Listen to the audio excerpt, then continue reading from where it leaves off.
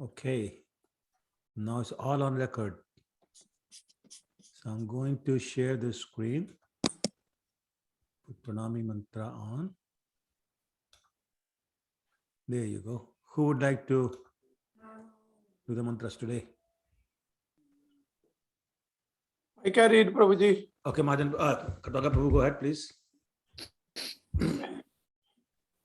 Namo Om Vishnu Padaya Krishna Parishthaya Bhutale Shrimate Bhagati Vedanta Swami Nine Namaste Saraswate Deve Gauramani Paracharinim Nirvishesha Shunyavadi Paschatya Deshaधिकारने Jai Shri Krishna Chaitanya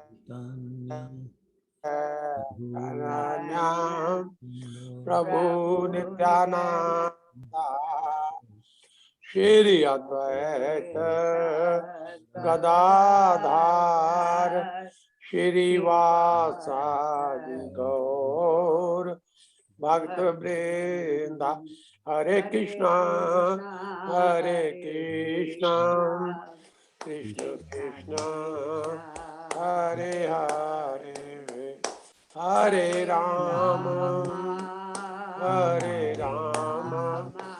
Rama Rama Hare Hare Vanchakalpataru Bhaishya Kripa Sindhu Bhakta Patitanam Pavano Vaishnavabhyo Namo Namah Vaishnavabhyo Namo Namah Vaishnavabhyo Namo Namah. Jai Srila Prabhupada ki jai. Thank you, Katwanga Prabhu.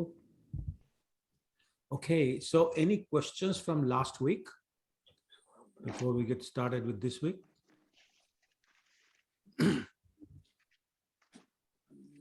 Okay.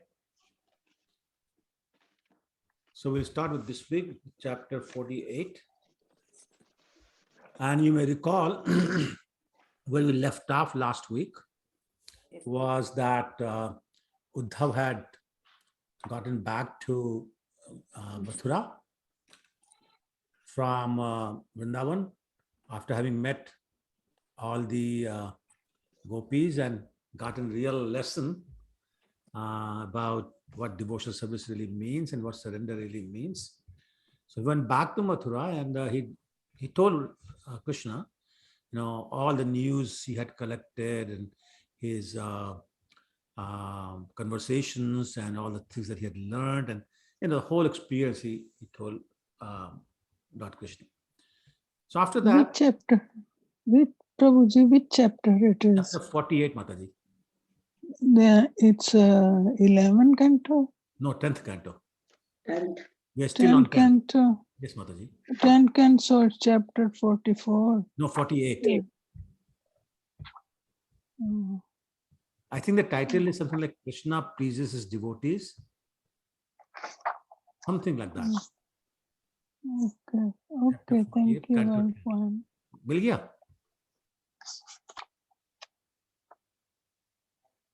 48 पे तो खत्म हो जाती है, 47, 44 पे खत्म. आप next volume ले आइए. Next is 11. नो माता जी, इसमें 80 चैप्टर्स है कैंटो 10 में. 80. पार्ट नंबर 3 माता जी, पार्ट नंबर 3. Part number 3. हाँ जी. Canto 10 and part 3. जी. वो तो पीछे चला गया. अच्छा हाँ, ठीक. दूसरी लेकर आओ. Okay, मैं find करती हूँ. Thank you. Thank you, Mataji. So after that, Lord remembered his promise to Trivakra. Anybody remember what was so special about Trivakra? About her body features? Folded. Huh? आप म्यूट पे हैं माता जी. हाँ जी, Prabhuji, she was bent at 3 places. Yeah, she was hunchback. Yes. She was bent at 3, and she was she was a ugly woman. Look wise, she was ugly, but bent at 3 places. Yeah. So yes, she was hunched back. Hunched back. So, but she had respected, Lord Krishna. respected very much and gave him the ointment and all that. So he was very pleased, and he had promised to go visit her. So he remembered his promise. Yes. Yes. He went to Trivakra's home. Trivakra welcomed him, with great respect, gave him a raised seat to sit down and worshipped him very nicely. And Uddhav had gone with Lord Krishna to Trivakra's house. So she offered him a seat also, but Uddhav was so respectful that he just basically touched the seat, with his hand and put it on his head, sat on the floor. He didn't sit on the seat. Anyway, Lord Krishna went in and he was reclining on a very opulent bed, and Trivakra was taking her bath and getting ready and putting all the ornaments and all the decorations that women do. So she's doing all that.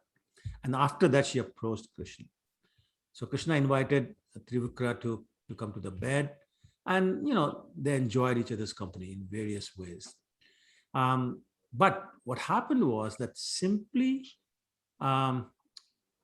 by smelling the fragrance of Krishna's body and Krishna's lotus feet, all the lusty feelings that Trivakra had in her heart, they literally disappeared.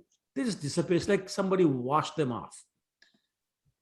So after that, Trivakra asked Krishna to please remain with her some time.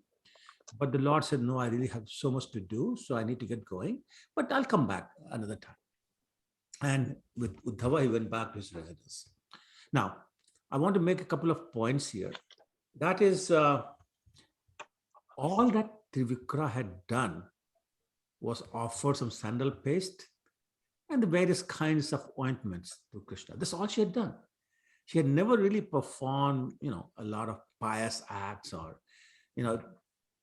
it's just her whole piety was the act of giving this sandal paste and ointment, one act. And she attained what you would call a rare personal association of Lord Krishna. It's unbelievable.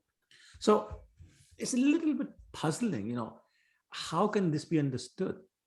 So actually, this needs, especially because of her lusty desires for Krishna. So Bhagavatam says that we should be understood on 2 levels. One level is that she's understood to be a liberated soul. Therefore, she was able to directly associate with Lord Krishna, and she participated in his pastimes. But at another level, which is the real puzzling one, her conduct is not that great. But it says that it's clearly meant to teach us a lesson. And the lesson is, what is it that we should not do in relations with Krishna? I mean, let's face it, Krishna is very difficult to approach, right? And especially one who has properly worshipped him and then given the opportunity, chooses the benediction of some mundane sense gratification, is not a very smart person, not a very intelligent person, because he or she is going to be satisfied with something very insignificant, like something material.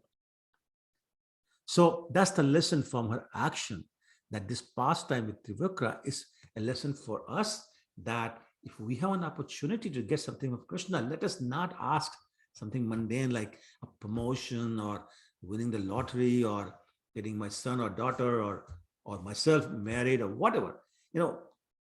Why bother with all that when we can get something so much more? That's the lesson from Trivakra's pastime with Krishna, or other way around, Krishna's pastime with Trivakra.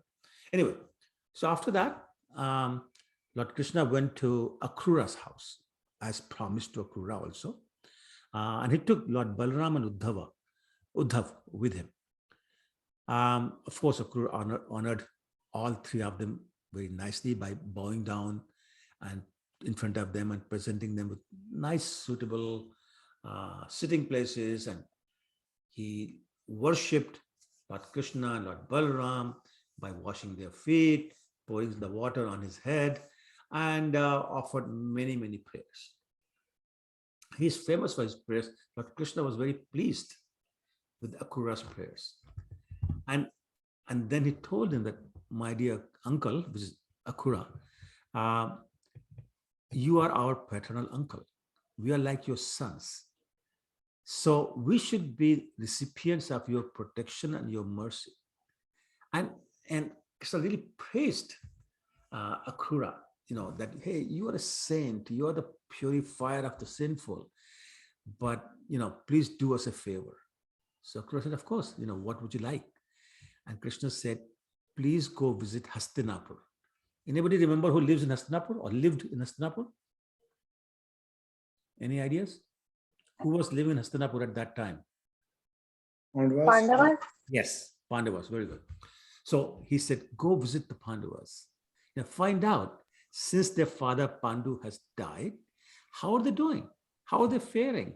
Are they okay? And then, of course, I'll do that. And then Lord returned home with both Balaram and Uddhav. So I'm going to pause and see if there are any questions or comments before I move on. Anything? On Trivakra, it was not only offering, scent and other things, but those things were meant for Kamsa. So, unlike a dhobi, that washerman. So I think by looking at Lord Krishna, she forgot everything and offered what she had.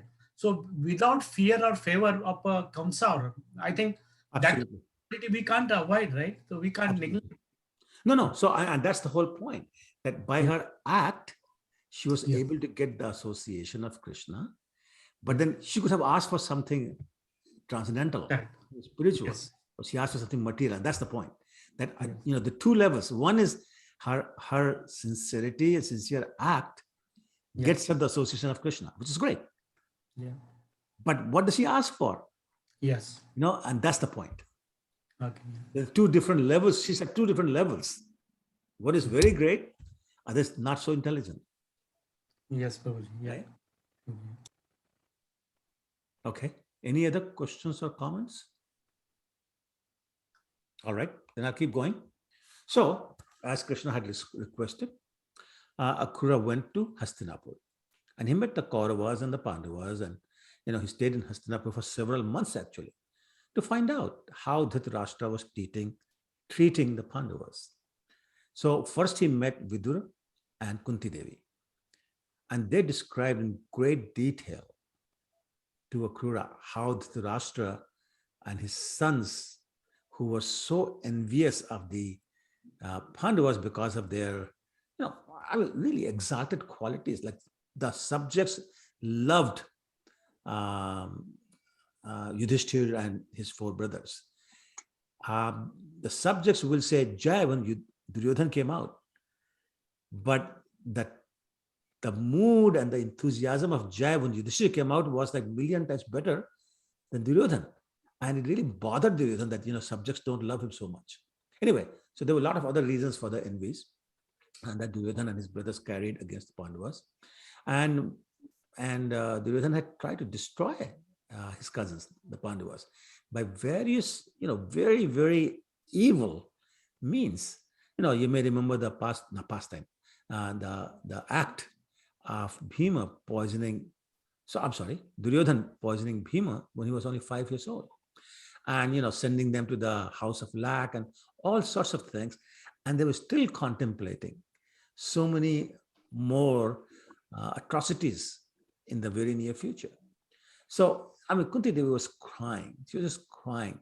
So with tearful eyes, and this really, I'm sure it broke Akrura's heart, and it breaks our heart to hear Kunti Devi think something like that. And she said to Akrura, do my parents and other relatives, including Krishna and Balaram, ever think of me?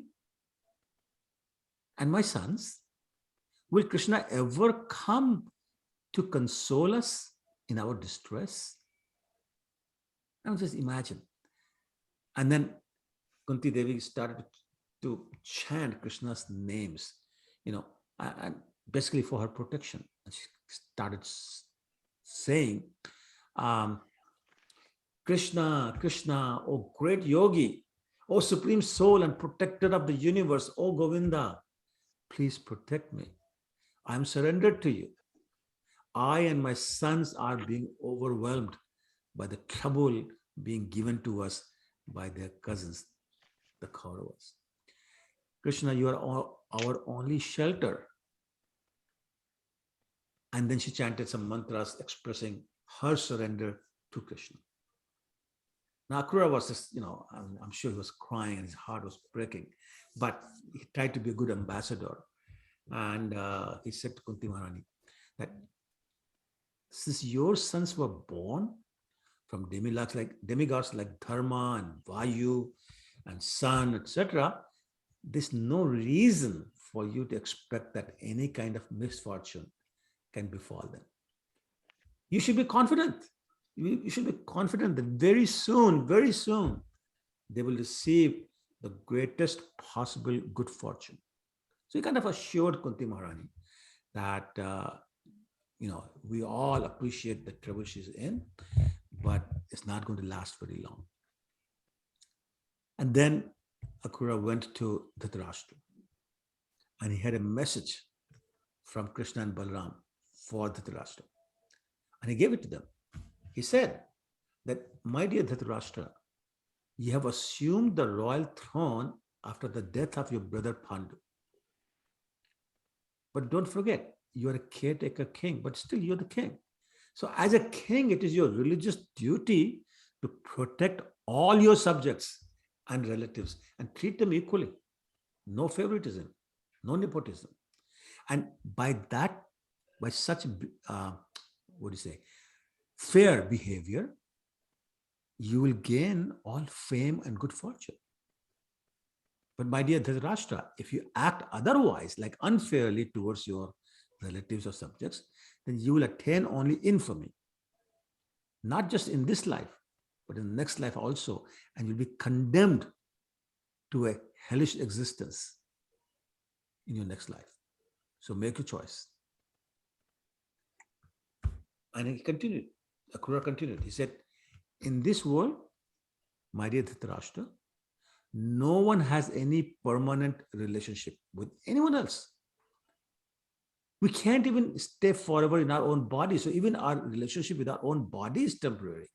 What to speak of our wife, children, and the rest of the people? Everyone is born alone and everyone dies alone. And alone, one experiences the just rewards of his good and bad deeds, meaning karma.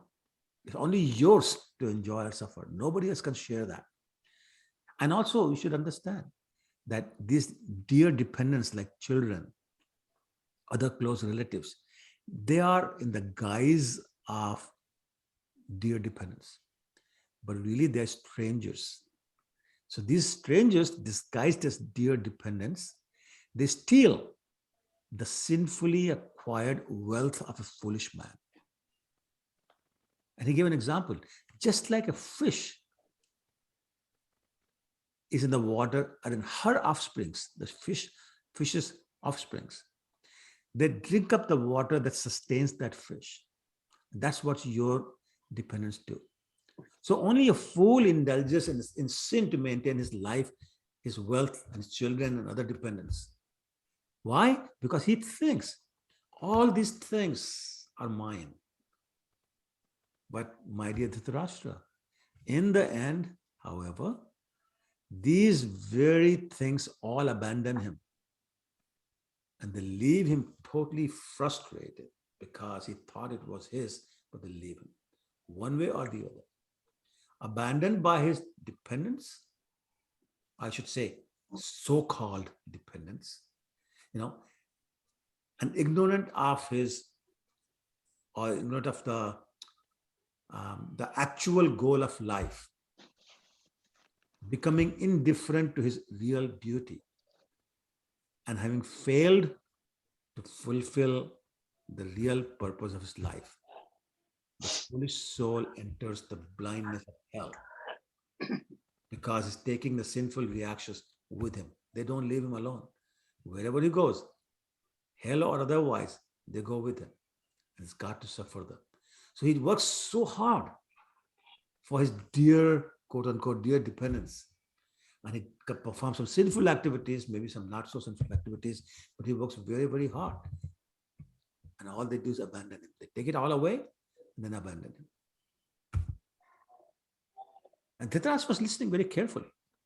Akrura said more. He said, my dear Dhritarashtra, you should therefore look upon this world as a dream or a magician's illusion. Both are temporary, and though none of them are real. And therefore control your mind with intelligence to remain equipoised and peaceful. But you can do that only if you treat everyone equally. Dhritarashtra was actually paying a lot of attention to what Akrura was saying. I mean, you got to give him credit for that. But he said, my dear Akrura, your words are like sweet nectar. Nectar that makes one immortal.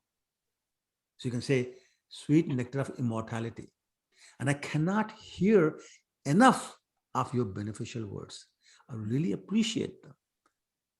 However, I got a problem. The problem I have is that because the tight knot of affection for my sons has made me completely biased toward them. Therefore, your wonderful and true statements cannot become fixed within my mind.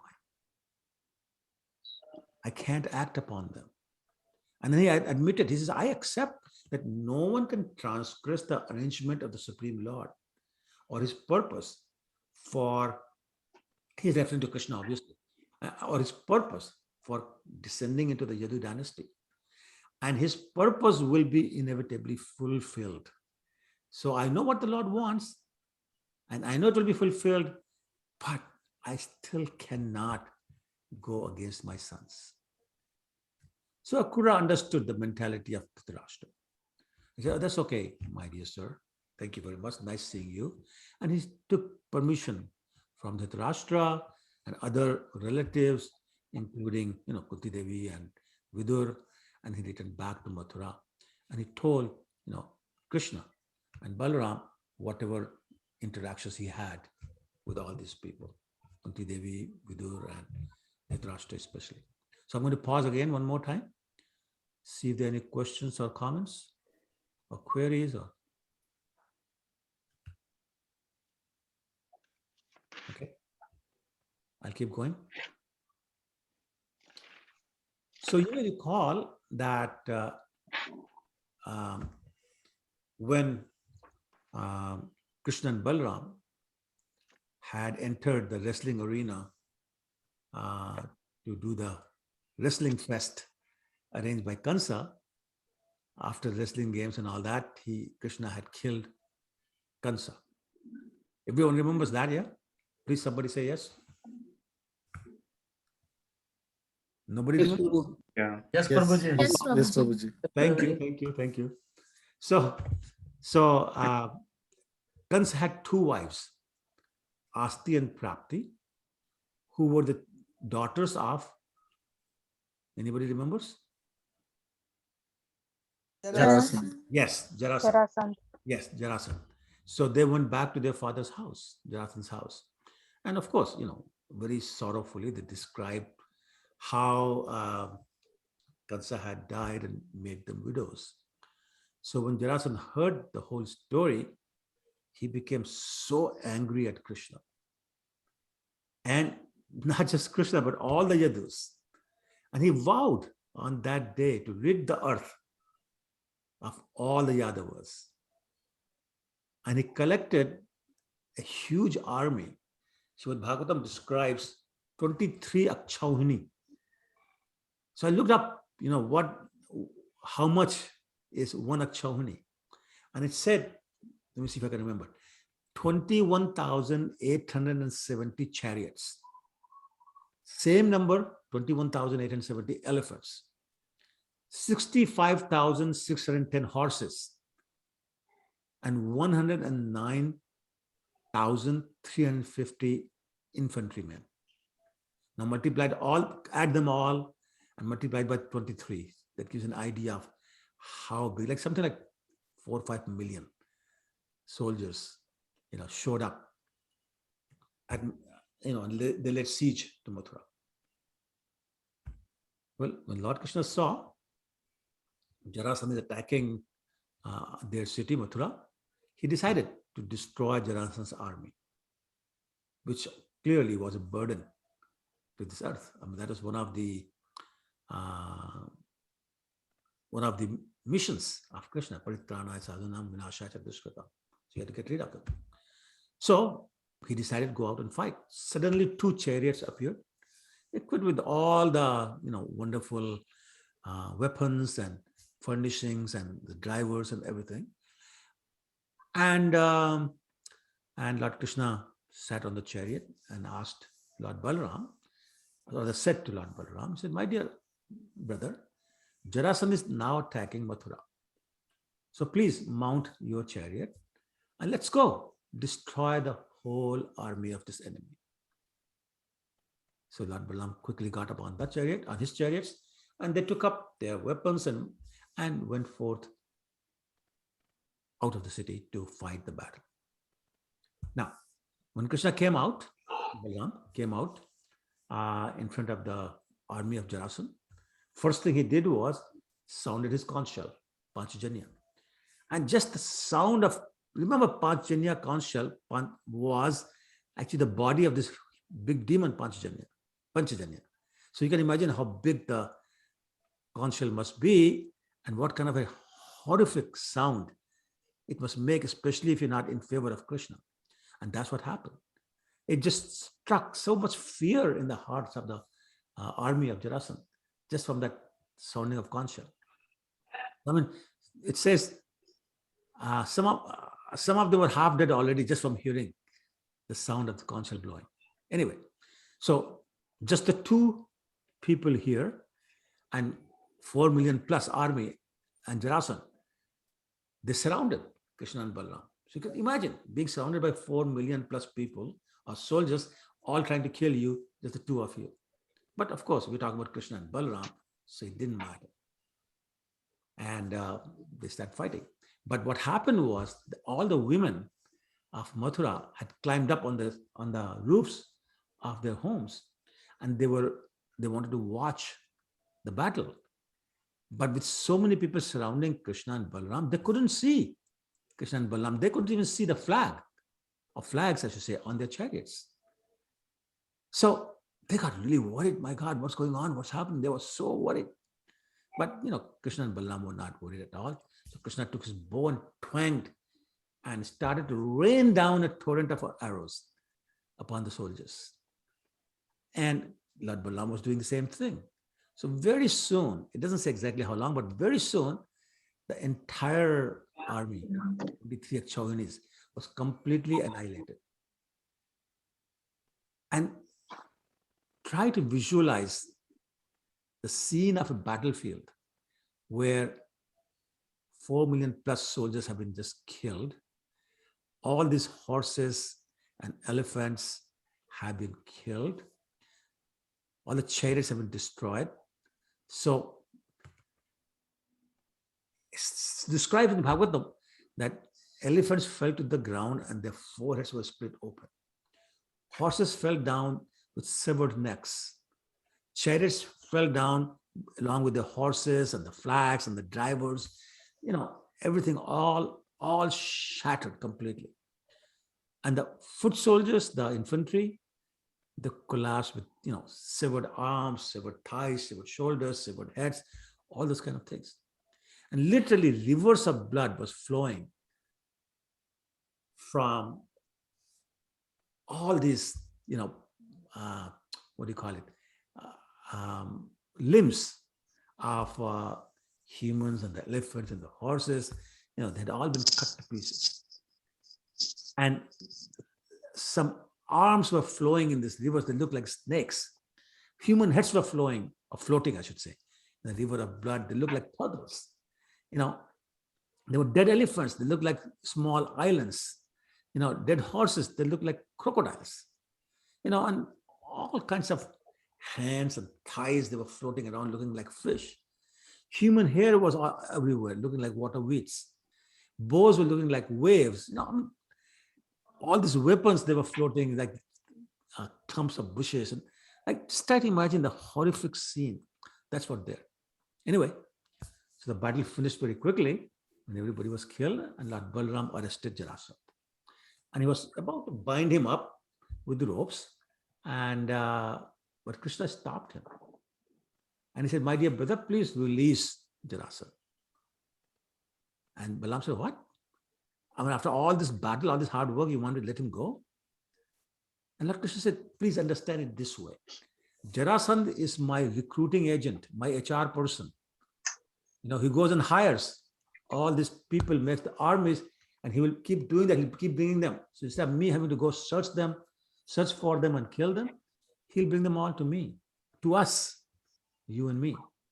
And we'll simply kill them here. So he's going to save us so much trouble and hard work.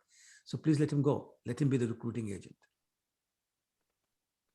So Lord Brahma said, "Hey, that makes sense." And he released Jarasandha, who returned to Magad, which is the province he was from, and he vowed to perform severe austerities. But here's the demon's mind.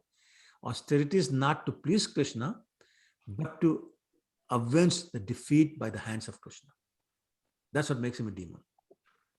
So both devotees and demons perform austerities. The difference is demon is doing it to get something to use against Krishna, and the devotee is using it to be able to surrender to Krishna.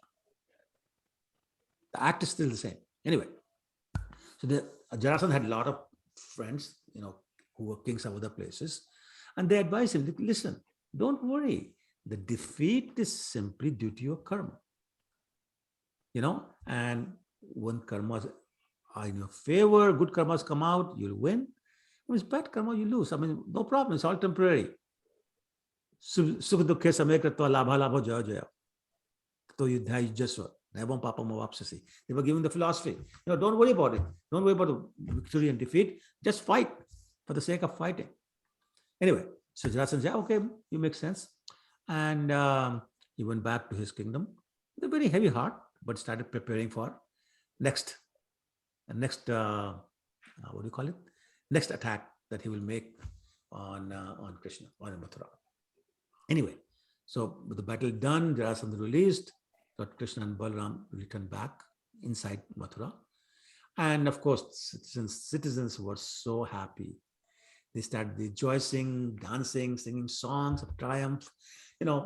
Great victory celebrations were being held. Ticker tape part. What do you call it? Ticker tape party was going on, I guess. Anyway, and Lord Krishna and Balaram collected the jewelry and ornaments of all the soldiers that had been killed, and brought them in and presented them to the king, their own king, which is Maharaj Ugrasen. Well, true to his vow, Jarasandha came back. Not once, not twice. Anybody know how many times he came 100 back? times. 100 times. 17 times. 17. Okay, actually more than that. 100 times. No, 18 was 18. Yes, 18 is right. 18. The answer 18 is right. So the first 17 times he came, Yeah. Krishna fought him and killed all his armies, completely destroyed the armies. Then Jarasandha prepared to attack for the 18th time. But as he was preparing to come to Mathura to attack it, there was another warrior by the name of Kalayavan. Now, Kalayavan had been searching for a worthy opponent. And Narad Muni told him that Krishna is or the Yadavas are your worthy opponent. You should fight with them. So I'm going to pause and I'm going to give you the background of who's this Kalayavan and why was he looking for a quote unquote worthy opponent. So essentially, Kali Yavan was, as in most demons actually, not all, but most demons, he was the son of a great rishi whose name was Shashirayan. Now, this rishi had taken a vow of celibacy for 12 years. But what happened was that during these 12 years, someone or some people made fun of him and said, you become celibate because you cannot become a father. That the rishi felt so insulted by that comment that he said, no, I'm going to prove. So he started prove otherwise, So he started to meditate on Lord Shiva. So Lord Shiva, as you know, is Ashutosh, very easily pleased. So very soon he appeared and said, what would you like as a benediction? So Shashirayan said, as a benediction, I would like to have a son, but I do not want an ordinary son. I want a son with invincible powers who cannot be killed with any weapon in the world. So let there be no weapon designed in the past, present, or in future that can kill my son. And once again, Lord Shiva, without thinking, he gives a benediction. She said, okay, tathastu, so be it. And he disappeared. And sorry, before he disappeared, Lord Shiva also said, because of your desire, I'm also going to give you a very healthy and attractive body. And then he left. Well, so then the Rishi Shashirayan was wandering around and he saw an Apsara by the name of Rambha. She was so attracted to him, they got together, and together they had a child whom they named Kali Yavan. So Kali Yavan was the son of Rishi Shashirayan and Apsara Rambha. Anyway, later on, Kali Yavan got adopted by another king of Malich, whose name was Carl Jung. Not Carl Jung, the psychologist or psychiatrist, Carl Jung. Anyway, Kali Yavan became king after Carl Jung died. But Kali Yavan knew that he has the blessing of being invincible. So he became very arrogant. Nobody can defeat me, and no weapon can kill me. So he became very, very arrogant. And so much so that he once ran into Narad Muni. And he said, Narad Muni, you know everything. So tell me, who should I fight? Who can give me some competition? I want to fight with somebody with equal strength. What's the use of fighting somebody, like an elephant fighting with an ant? So can you tell me somebody who's, equally strong? So Narad Muni got, a little upset, but didn't show that upset. He said, yeah, you should fight Lord Krishna and his clan, the Yadavas, knowing what the end would be. So Kali Yavan was very happy. He said, okay, finally, I have a comparable enemy. So he also collected 30 million soldiers, not 4 million. He collected 30 million soldiers and laid siege to Mathura, surrounded it. Now, Lord Krishna looked upon this attack by Kali Yavan and his 30 million soldiers, and he had a concern.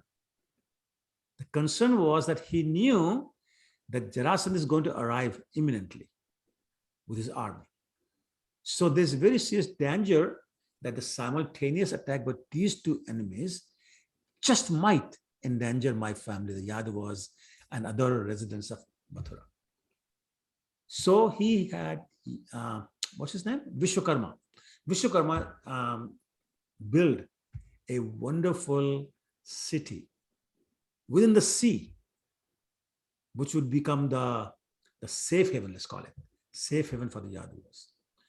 The city was going to be 96 miles in circumference. And when this was being built, Indra came and he gifted Lord Krishna the Sudharma Assembly Hall, which is the assembly hall they used later on for all their official work. And the one of the qualities of Sudharma Hall is that any man, any mortal person, while standing within this hall, is not subject to the laws of mortality. In other words, nobody inside the assembly hall could ever die. Anindra also gave the Parijat Parijat tree, which later on Krishna presented to Rukmini. Anyway, Varuna also came, the demigod of water, and he offered horses who could run as swiftly as mind. Some were dark blue, some were white and different colors. Anyway, Kuber, the treasurer of the demigods, also came, and he gave his 8 mystic treasures. And then various, the predominating deities of different planets, they came and presented different things to please Krishna. Anyway, now, it is night time, everybody in Mathura is sleeping. And as they slept, Krishna brought everybody in Mathura by his mystic yoga power and put them in Dwarka. One other good quality of Dwarka was that when you were in Dwarka, you didn't feel any pangs of thirst or hunger. So very wonderful city. Once everybody was settled properly, Lord Krishna took permission from Lord Balaram and went out of Mathura by his main gate. So remember, everybody has been transferred to Mathura except Krishna and Balaram. They're only 2 in Mathura. Everybody's gone. And they're still sleeping. They don't know that they're gone to Dwarka. When they wake up, they'll find out they're in a different city. Anyway, so when Krishna saw that everybody's safe and settled properly in Dwarka, he said to Balaram, please allow me to go out and fight these guys. So Krishna said, Balaram said, yeah, sure, go ahead. So without any weapons, Krishna came out of the main gate of the city and walked straight to Kaliyavan. So I'm going to pause one more time. See if there are any questions or comments before you forget what I said. Anyone? Okay, then I'll keep going. Sorry, Hare Krishna, Prabhu. I do have a question, actually. Please go ahead. Alesh, go ahead. Yes, Prabhu. Just to clarify, you mentioned that they were all transported to Dwarka, correct? Yes. And is this the same as you are saying that a city that was dwelling underwater 96 marks circumference? Is that city that we know as Dwarka today. Now, I should point out that the original city went under the ocean. So this is not exactly the same city, but it's the same place. Right. That was the follow-up, meaning that, I've seen certain, whether it's documentaries or findings that they have found, quote unquote, the city of Dwarka under the ocean. Correct. Recently. Correct. So is it the same, Prabhu? No, so that's what I'm saying. The original city is under the ocean, and they have found a lot of artifacts from that time. Wow. Okay. So that's okay. In the same place, city that's not exactly the same as it was when Krishna made it. Okay. Thank you, Prabhu. That's the only question I had. Sure. Anybody else? Okay, then I'll keep going. So now imagine the scene. Krishna is coming out of the main gate. And these are huge gates. It's not like a small door that you come out of, the single door entrance to our house. Anyway, and Kaliyavan was standing right in the front with all his army behind him. And Kaliyavan saw Krishna. And how can he miss Krishna with such a brilliantly effulgent body? And Kaliyavan said, this person matches exactly how Narada described Krishna. And so he knew that he knew that he's the God, he's the Supreme Personality of Godhead. But all the same, he challenged Krishna to fight him. But now something amazing happened. Again, visualize. Big army behind Kaliyavan standing there. Krishna is coming out of the gate, no weapons. And Kaliyavan said, fight me. And Krishna doesn't pay any attention to him. He keeps walking towards him and just keep going. And Kaliyavan is saying, what's going on? So he challenges him again. Fight me. Krishna doesn't say a word, doesn't even look at him, ignores him completely, and continues to walk. So now this is humiliating for a king, a powerful king like Kaliyavan. So he was very annoyed. But still, he was a proper king. So when he saw that Krishna is not carrying any weapons, he also put down his weapons, down, and then he ran toward Krishna, and ran towards wanting to fight him. This is what he wanted to do. That's what he had come for, right? But Lord Krishna kept walking. And so now imagine, Krishna is walking, this huge king, Kalivan, is running as hard as he can, And it looks like, just few more inches and he can grab Krishna.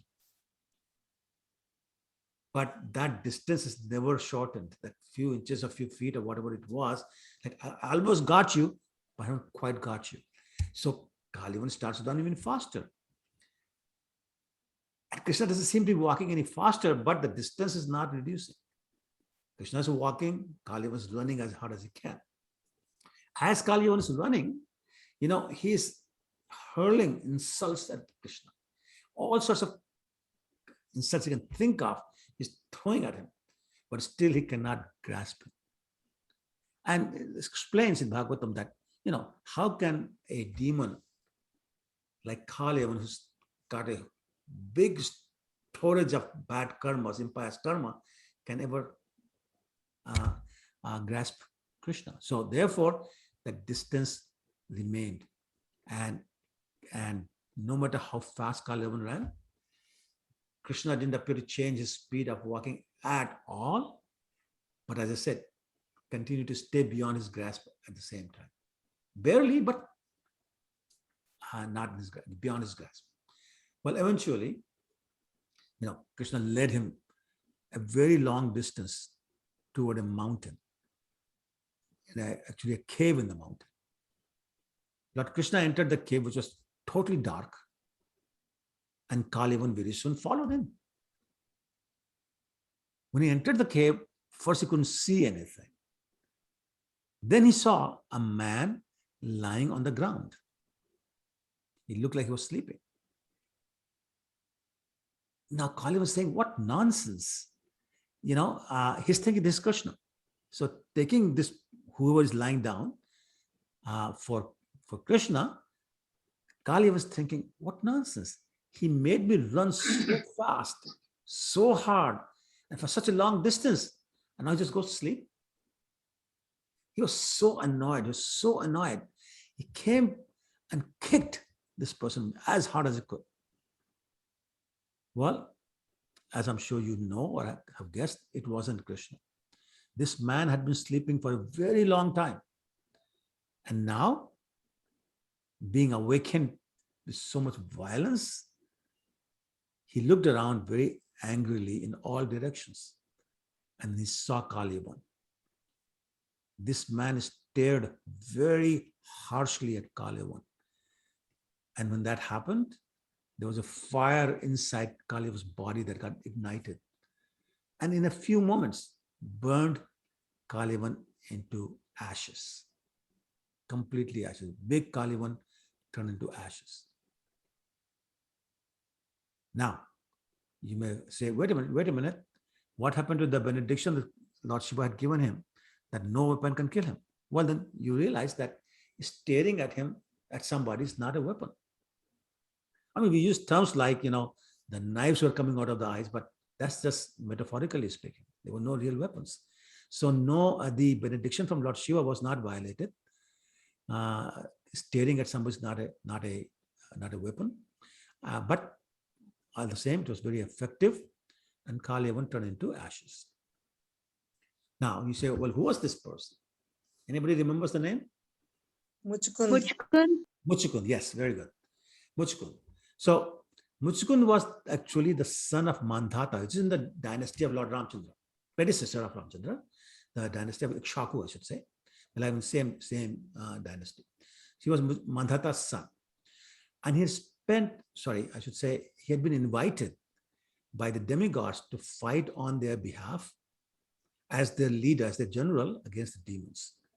So he had accepted that invitation and gone to the heavenly kingdom to fight on behalf of the demigods as their general against demons. And he spent many years doing that. And during this time, he didn't sleep at all. So imagine somebody not sleeping for years. I mean, the only other person I know is Lord Lakshman, who did not sleep for 14 years. Anyway, so then you may also recall that Kartikeya was born, and Kartikeya got appointed as a general of the demigods. So when that happened, demigods came to King Muchukund and said, my dear king, you have really served us very nicely. Now we have a general ourselves. So if you wish, you can go take some rest. And by the way, we are so much in gratitude of your service. We would like to offer you a benediction. Ask for anything. Only thing we cannot grant you is liberation. Only Vishnu can do that. But anything else, ask and we will give. So Mutsukunda asked for sleep. He says, I haven't slept such a long time. I need to sleep. So give me the benediction. I can sleep for a long time, but I don't want to be disturbed. So I want you to also give me the benediction that if somebody disrupts my sleep, I will have the power to burn him to ashes just by staring at him. So it was this Muchukund, the king Muchukund, who had been sleeping there for a very long time. And by Krishna's arrangement, Kalivan came chasing Krishna and happened to kick Muchukund. And as a result, met his death by burning from inside, not outside. So once Kalivan was, I guess the word is immolated, Lord Krishna came out of hiding. He showed himself to Muchukund. Muchukund was just struck with wonder. He had never seen anyone so beautiful. It's an incomparable beauty of Krishna just completely blew him away. So he asked the Lord, he said, please, my dear sir, tell me who you are. And he said, I am Mandhata. I'm Muchukund, the son of Mandhata. And, and he told the whole story about how he had helped the demigods. And he said, I grew weary from remaining awake for such a long time, so many years, and that I had finally found time to sleep. So I was just enjoying my sleep here in this cave when some stranger came and disturbed me. And watch these words, or listen to these words carefully. And he said, suffering the reaction of his sins, this person was burnt to ashes. Note, Muchukund did not brag. Look at my power, my Lord. I burnt him to ashes just by staring at him. No, he said, no. It was the reaction of his own sinful acts. Didn't take any credit for this. And he said, my dear Lord, you are the vanquisher of all enemies. It is my great fortune that I have now seen your beautiful form. So the Lord Krishna introduced himself also. He said, I'm Krishna, son of Vasudeva, and all these kind of things. And he said, ask me for a benediction. You've seen me, and this visit cannot be in vain. So please go ahead, ask me for a benediction. Well, Muchukund was a very wise person. He understood the futility of material life. Anything material is no good. We just talked about that a few minutes ago. So he understood that. So he just said, my dear Lord, please allow me to take shelter of your lotus feet. I don't want anything else. The highest prize anybody could ask for is the shelter of the lotus feet, and that's what he asked for. Please allow me to take shelter of your lotus feet. Lord Krishna was actually very pleased. He said, yes, I will give you that benediction. And Lord said, Muchukund, understand something. My devotees are never enticed by any kind of material benediction.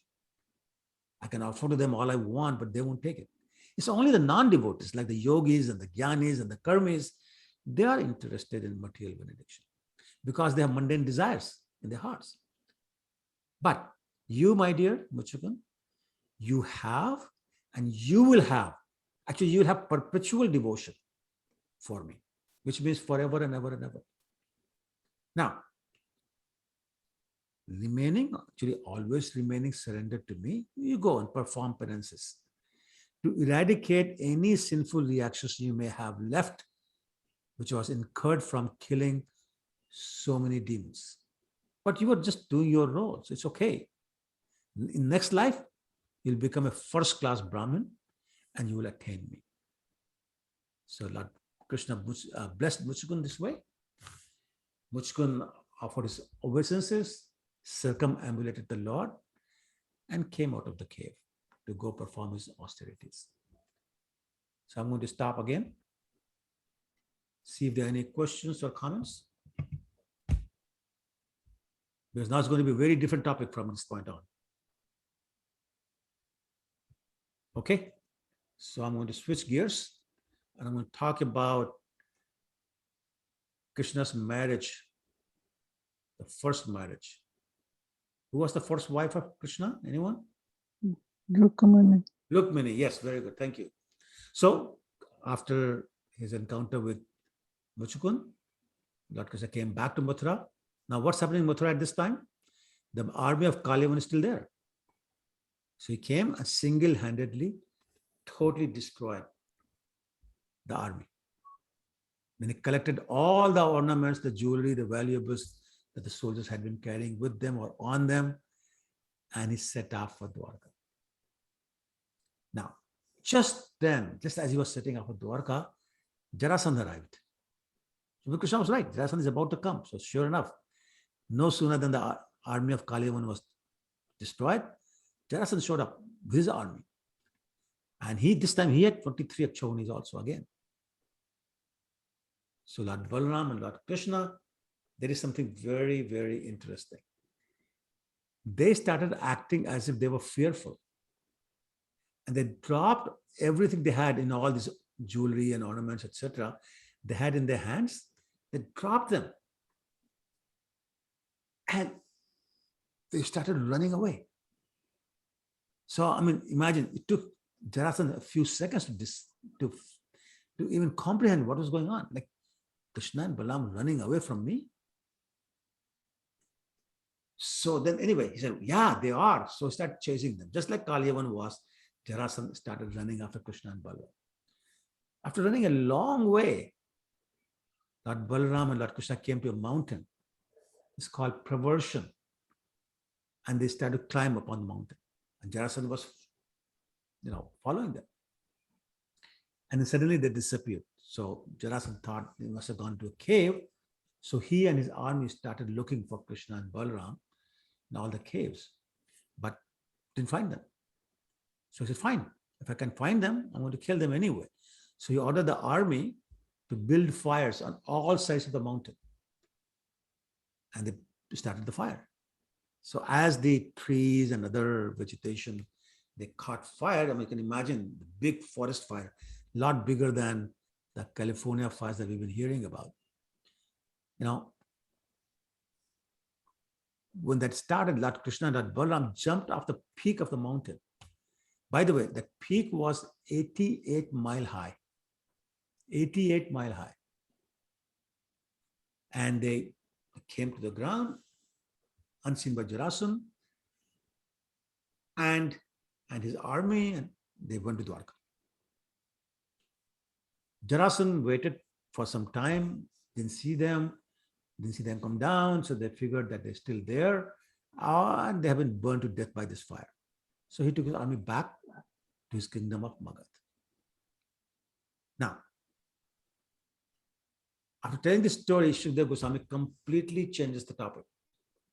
And he says to Parikshit Maharaj, and Lord Balaram got married to Mother Revati, which was described actually back in the 9th canto, chapter 3, I think. And then Lord Krishna got married to Rukmini. And Parikshit Maharaj said, yeah, please tell me more, because I've heard that the Lord married beautiful Mother Rukmini in Rakshasa style. Rakshasa style is where the bride is stolen from one's rival suitors by force. So as you know, in Swayamvar, there will be many people, kings and princes, etc. They'll come hoping to be chosen by the bride. That's because Swayamvar, the girl is choosing. But if somebody comes and forcibly takes the bride away, against the wishes of all these other people who have come, and that's called Rakshasa style. So Parikshit Maharaj says, I heard that Lord Krishna married Mother Rukmini in Rakshas style.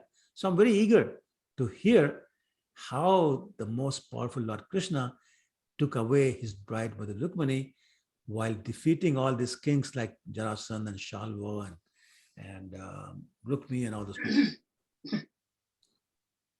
So Shukadeva Goswami said, okay, let me tell you the story. So start narrating the history of the marriage of Lord Krishna and Mother Rukmini. Mother Rukmini was the young daughter of King Bhishmak in the state of Vidarbha. Now she had heard of Lord Krishna's beauty, his strength and other qualities from Narad Muni and many other sages who used to regularly visit her father. And therefore, she had become so attracted to Lord Krishna, she had decided that he would be the perfect husband for her. Now, on the other side, Lord Krishna had also heard about all the good qualities and beauty of Mother Rukmini. So he had also wanted to marry Mother Rukmini. So as they say in Hindi, aag dono taraf barabar jali hui thi, which means they both wanted to get married to each other. But there was a problem. Even though the relatives, or most of the relatives of Mother Rukmini were in favor of her getting married to Krishna, but her brother, Rukmi, so Rukmini's brother was Rukmi. So Rukmi was very, very envious of Lord Krishna. And he said, not in my lifetime, you're not marrying him. And literally forbade her to marry him. And he told his father, you're not marrying my sister to this man, Krishna. And he said, instead, I want you to marry her to my friend Shishupal. Now, this was a real disaster for Mother Rukmini and for her father. But he didn't have the guts to go against his son. And Mother Rukmini, had to follow the custom. So very unhappily, she took up her duties in preparation for the marriage. But no way on earth she was going to get married to Shishupal. So she called a very trusted Brahmin and wrote a letter to Krishna and told this Brahmin to deliver to Krishna ASAP, as soon as possible. So the Brahmin left immediately, got to Dwarka, and very quickly was passed on through the different gates by the doorkeepers to Lord Krishna. When Lord Krishna saw him, he immediately got up from his throne, honored the Brahman with proper rituals, worshipped him, washed his feet, offered him gifts, fed him very nicely, and gave him bed to rest on. Finally, after Brahman had sufficiently rested, Krishna came to him, started massaging his legs with his own hands and asked him, my dear Brahman, is your mind fully satisfied? Which is the great quality of all Brahmins. So Krishna wanted to make sure this genuine Brahman, is your mind fully satisfied? And he said, yes. Krishna asked him, so please tell me, what is the purpose of your visit? And please tell me how I can help you. So the Brahmin told him the whole thing, the whole story about Rukmini wanting to marry him and Rukmi being opposed to this and all these kings, they're coming for the Swayamvar and, on and on and on. And then he took the letter out that Rukmini had sent, opened it in front of Lord Krishna, and started to read it. And Mother Rukmini had said, my dear Krishna, ever since I have heard about you, I have become completely attracted to you. Without fail, please come before my marriage to Shishupal happens. You come and take me away. Now, if you're wondering, sorry, it wasn't a letter, but I'm just saying that she thought Krishna may be wondering, well, how am I going to come to inside the palace and take you away? So she's answering now. She says, in accordance with the family custom, on the day before marriage, I will visit the temple of goddess Ambika. That would be the best opportunity for you to appear and easily kidnap me. And again, in her mind, she's thinking, oh, maybe he doesn't want me.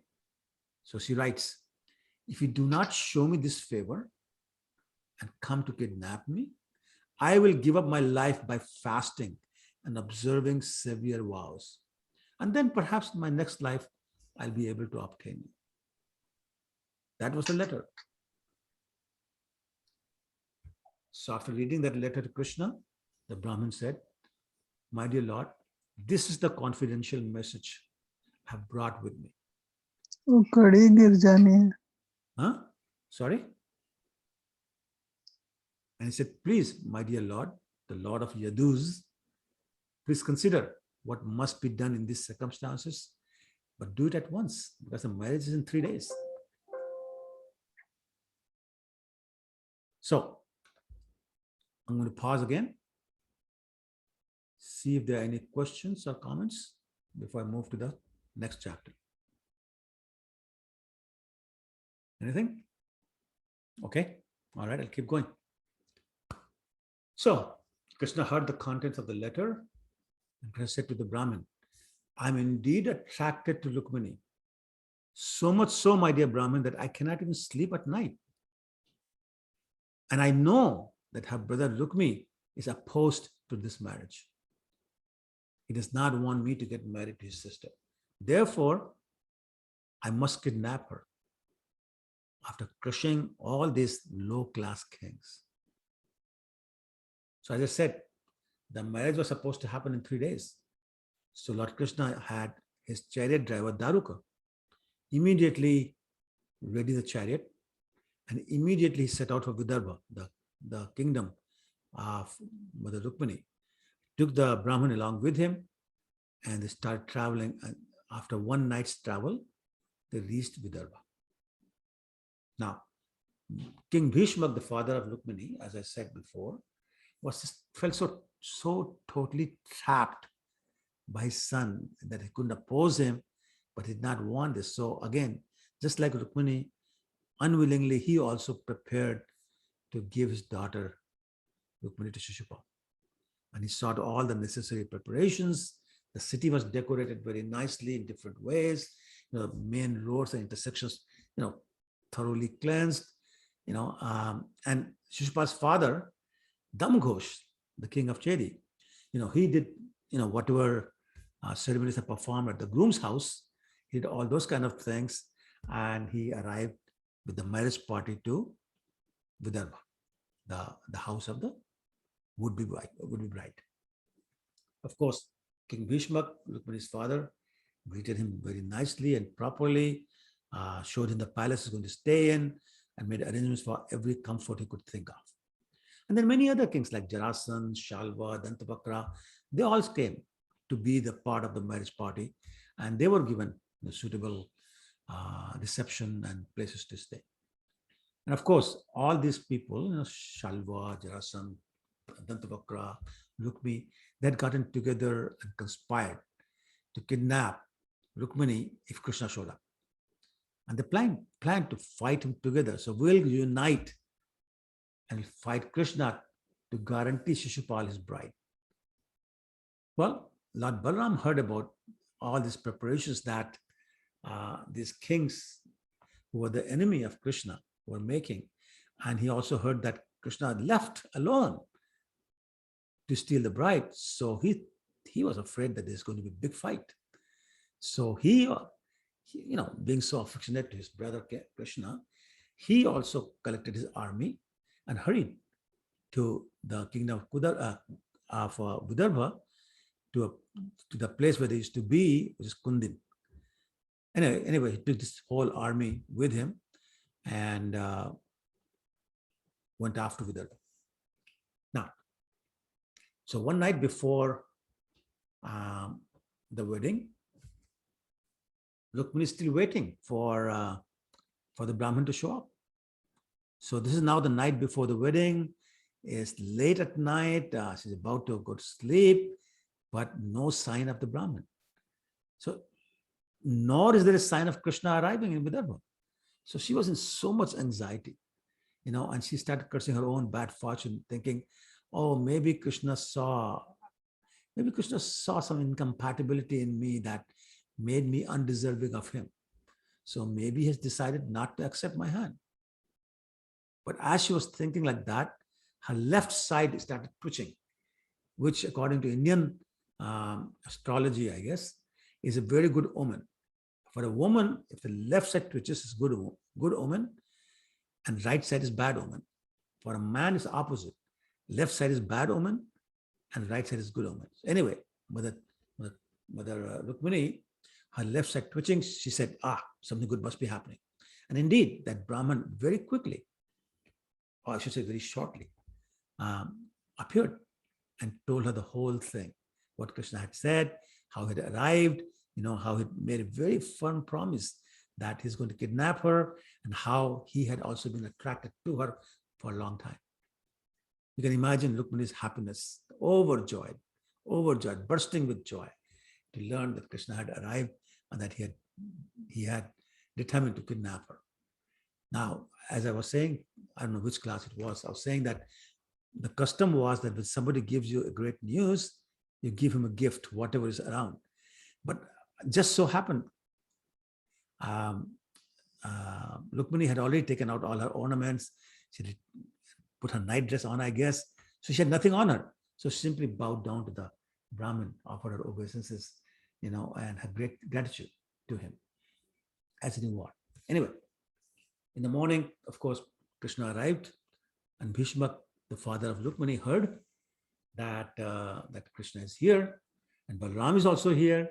So he went out to greet them, again, very nicely. There was very nice triumphant music playing as he received them, and Bhishma worshipped the Lords with various gifts, and took them to the place where they will stay and made sure all the proper arrangements were made for their comfort. And then he did the same thing for all the other guests. Anyway, now the people of Vidarbha, they saw Lord Krishna for the first time. They were just blown away with his beauty. And they started to say to each other that, Rukmini is so beautiful, so qualified. Only Krishna is a suitable husband for her. So they started to pray. They started to pray to the Lord Narayan, I guess, or Lord Vishnu. And they said, if we have any pious credits, just on the strength of those credits, take those credits in lieu of having Krishna taking the hand of Rukmini, winning her hand. Please, my Lord, let Krishna marry Rukmini.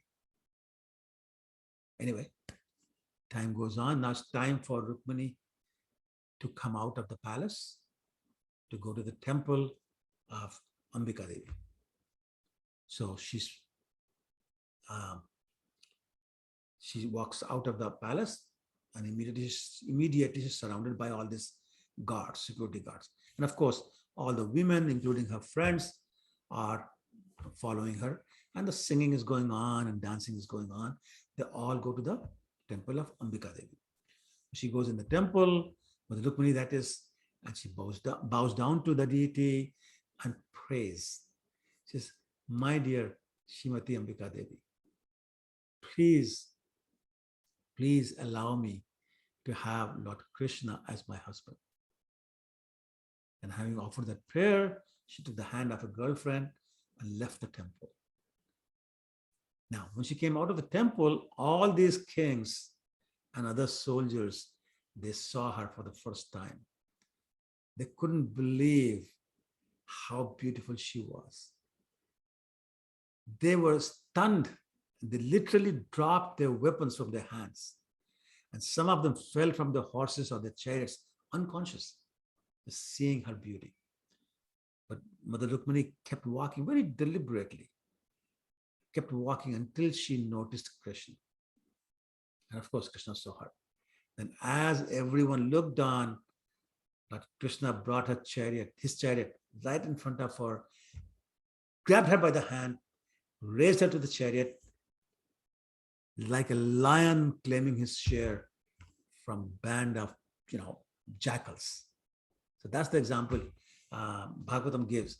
All these kings, Shalva, Jarasan, Rukmi, Dantavak, they were like jackals. Krishna was the king, and he took her away Mother Rukmini away right in front of them. And, it took these kings and the armies to a few seconds, I guess, maybe a few minutes to realize what was going on. So they started chasing him, but Krishna drove them all back. And slowly, very nicely, slowly made his exit, followed by his associates and the army.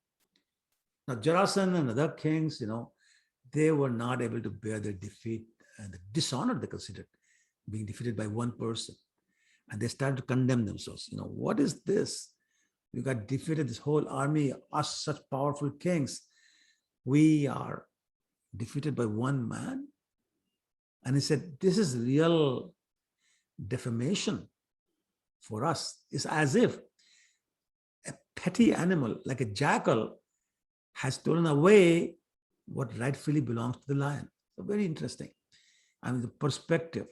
Bhagavatam says Krishna took Rukmini away as a lion takes away the share of a band of jackals. And Jarasandha is thinking himself now, he's the lion, Krishna is the jackal, and it's like jackal has taken away the share of a lion. Very interesting perspective. Screwed up, but very interesting. Okay, I'm going to pause again.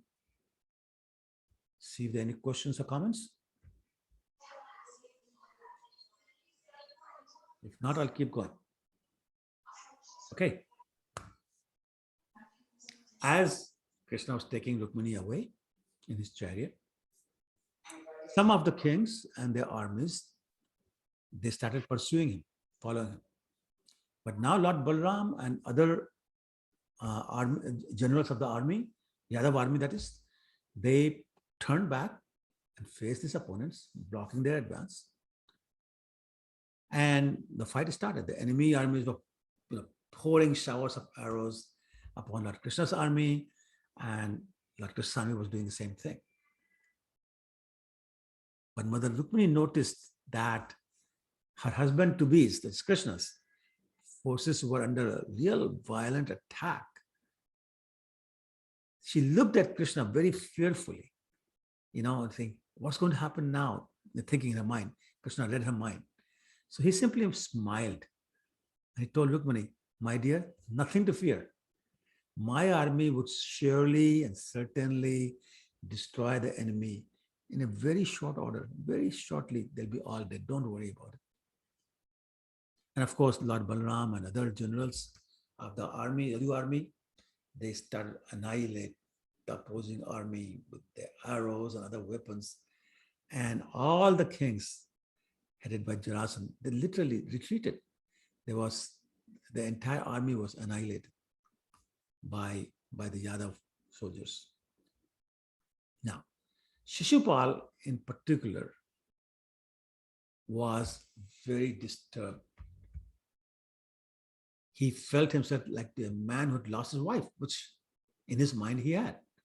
His complexion was drained of any color. His enthusiasm was gone. And his face appeared like a dry prune, totally dried up. So Jarasandha noticed that. And he went to Shishupal and he said, my dear Shishupal, now this is what I love about these demons. They know the philosophy so well, and they're so good at giving the philosophy when somebody else is in trouble. When it comes to themselves, they forget all that philosophy. So here's Jarasandha saying to Shishupal, my dear Shishupal, happiness and distress are never permanent. And they are under the control of Supreme Lord. Now suddenly Supreme Lord is there for them. And he said, I fought with Krishna 17 times and 17 times he defeated me. But in the end, the 18th time, I was victorious over him. I defeated him. So understand that victory and defeat are under the control of destiny and time. And I have personally learned not to succumb to either lamentation or joy, because it's all controlled by destiny and time. So right now, time is favoring Yadavas. So therefore, they have defeated you with only a very small army. But in future, the time will favor you and you will surely conquer them. So don't worry about it. So he consoled him that way. And Shishupal said, okay, fine. So he took his whatever was left of his army and returned back to his kingdom. But there's still one other person very, very upset. And that was her brother Rukmi. Rukmi literally hated Krishna. He was so infuriated that Krishna had kidnapped his sister. So he vowed right in front of all the kings that were present. And he said, I will not return to Kundin, my place, until Krishna has been destroyed and I have rescued Rukmini. Saying that, he set out with his army to attack Krishna. Clearly, he was so ignorant of Lord Krishna's glories and power and prowess that he boldly went out to attack Krishna in a lone chariot. He approached the Lord and started striking him with arrows. And he demanded, you, Krishna, better release my sister, Rukmini. You have stolen her like a crow steals sacrificial butter. So he's calling Krishna a crow. So Lord Krishna fended off all the weapons that Rukmini was throwing at him. He broke them literally into pieces. When there was nothing left, Rukmini leaped from his chariot and a sword in hand rushed furiously towards Krishna to kill him. Just imagine, Krishna is still on the chariot, but Rukmini is now running after him with a sword raised in his hand, ready to kill Krishna. But as Rukmini attacked him, the Lord shot arrows that broke his sword and shield into small pieces. And then Krishna took his own sword, raised it high, and he was about to kill Rukmini. Rukmini saw that. She very quickly, grabbed hold of his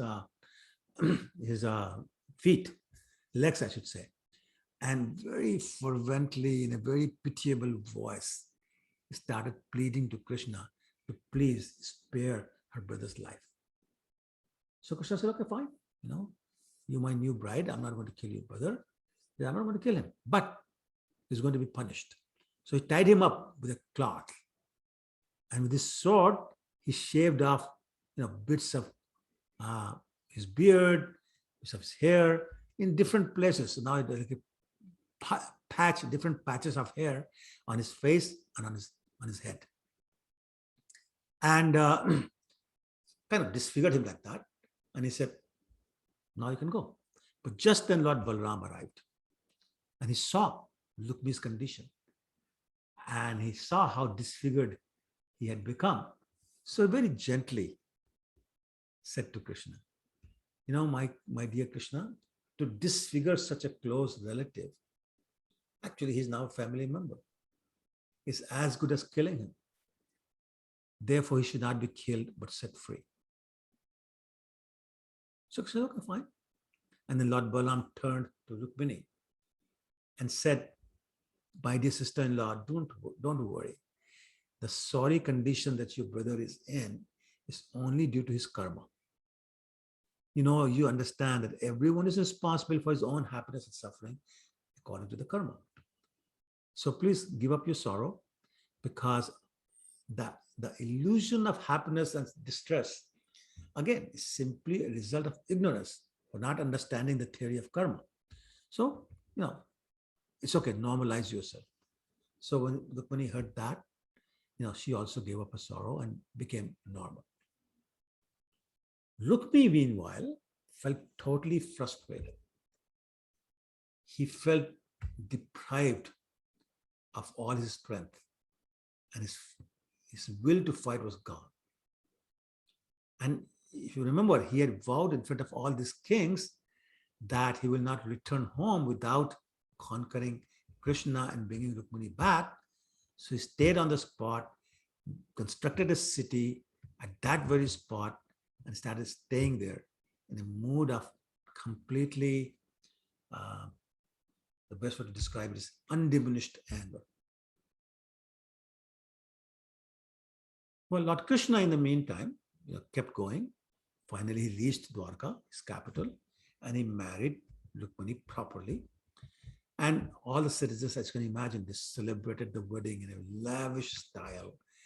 And the whole city was hearing the story of Lord Krishna kidnapping Mother Rukmini, how he had done that in front of all these kings and all that, the battles that went on. Everybody was so ecstatic, so happy to hear. And of course, they were very, very delighted to see Lord Krishna united with Mother Rukmini, welcome them both with great celebrations and a whole amount of gifts and everything. So I'm going to stop here and see if there are any questions or comments.